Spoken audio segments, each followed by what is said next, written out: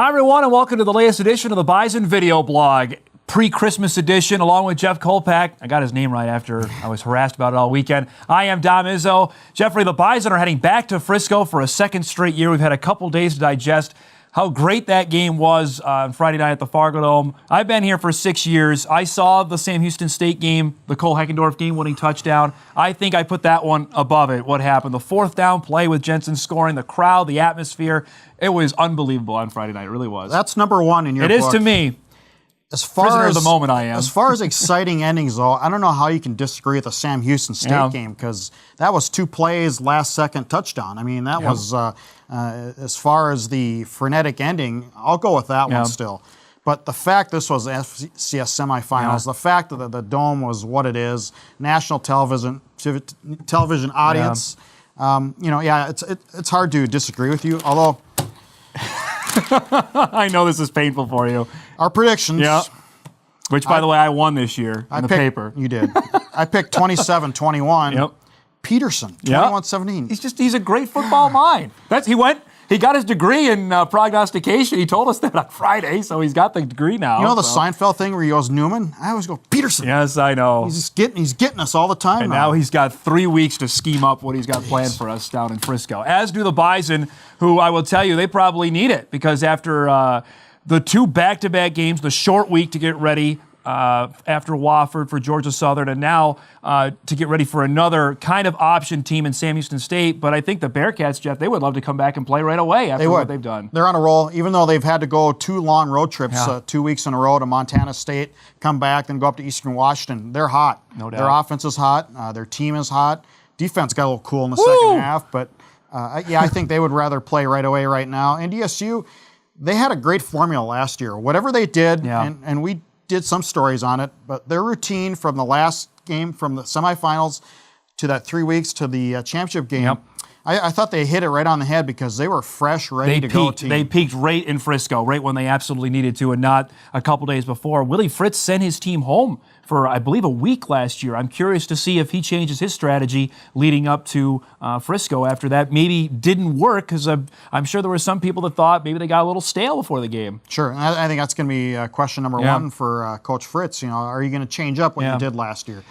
They had 19 starters back this season, and we've talked ad nauseum about how much NDSU brought back. So maybe we should have known this way back in August, that these were the 2 best teams that were destined to get back to Frisco. When you just look at the amount of talent that each of them had back, it's very difficult to get to the title game in back-to-back years, much less both teams. I think it's only happened 2 or 3 times, and I have the stats at my desk. Of course, I forgot them.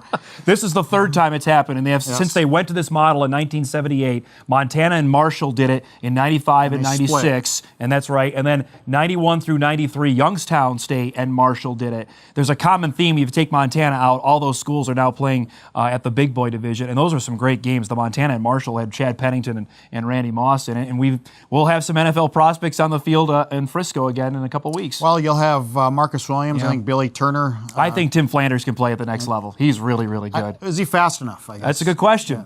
Richard Sincere's definitely fast enough. He's not huge, but he's very good. And the Sam Houston corners, now granted, Vernon Adams from Eastern Washington torched him in the second half. They are really, really good. They had 3 picks in the first half against the Eagles on Saturday. Yep, and that was one of the best games I've seen in a long time, as far as you talk about comebacks. Yep. Almost turned it off at halftime. I thought this game was over. 30. Yeah, there was 35-0. At halftime. Teams get on a roll, and that's one thing NDSU has done. I've never seen the Bison get torched since Cal Poly, and we talked about it. 2005, it was the year. Down there. I was at the Ramses Barden, had his way with the Bison. I haven't seen anything like that since. Now, just a word on Sam Houston State. They beat the 3 champs of the Big Sky. They beat Cal Poly at home, went to Montana State and won, and then won at Eastern Washington, something the Bison couldn't do in 2010. Just alludes to the fact, like you said, they should be playing. They'd love to be playing this coming Saturday. How tough is that to do that? They only played 4 actual home games in Huntsville this entire season. That's unbelievable. Yeah, 4 games out of 14. Correct. And 10 away from home. It'll be interesting as we get ready for these next 3 weeks with this game, how many tickets and who's going to get all the tickets. Right. Because there's NDSU, each team has 4,000. That's allotted, and that's going to be the big story this week. Okay, who's getting all the tickets? And with NDSU's priority point system, which kind of had a little uproar last year, but I think It's the right system. They worked the kinks out as it went along, I think. And you did the story back in October leading up that all the other tickets are already gone for people with, North Dakota and Minnesota zip codes. So we already know the contingent of people that are going to be there on January 5. Conservative estimate, or maybe not so conservative, but 70% Bison fans? I think that's probably dead on. 75%. I think that after what we saw last year and the rumor, the word of mouth that went around saying you got to come, how much fun it was, I think you're dead on with that, what we're going to see in a couple weeks. And the ticket's $30. I think people said, okay, it's worth the risk. I'll pay my $30 for the ticket. If I don't, sell it on StubHub and then you're good to go. Exactly. Now, this next 3 weeks, we'll find out tonight, actually. The FCS award show goes on tonight, so we'll find out the Walter Payton winner. Eric Breitenstein is up for that. Obviously, the star Wofford running back. You've got Taylor Heineke, who's up for it, the quarterback from Old Dominion. Miguel Masonette from Stony Brook. You had a vote. If you have a vote there, who would you give it to? You saw Breitenstein in person, obviously.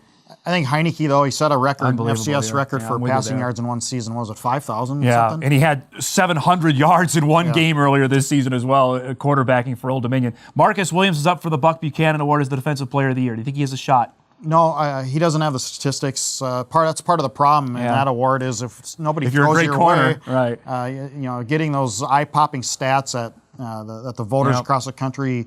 Whoever votes on it, I'm not sure. I don't have a vote. Craig Bowles up for the Eddie Robinson Award. Does he have a chance at that? Should get it right before he goes to Wisconsin, right, Tom? Well, that's an interesting segue because there's only 6 or 7 as we tape this FBS openings left. San Jose State looks like they filled theirs. Wisconsin obviously is open, and Western Michigan is open. We've heard over the last 3 days a little scuttlebutt. At least they haven't hired anybody yet. Kent State hired their head coach.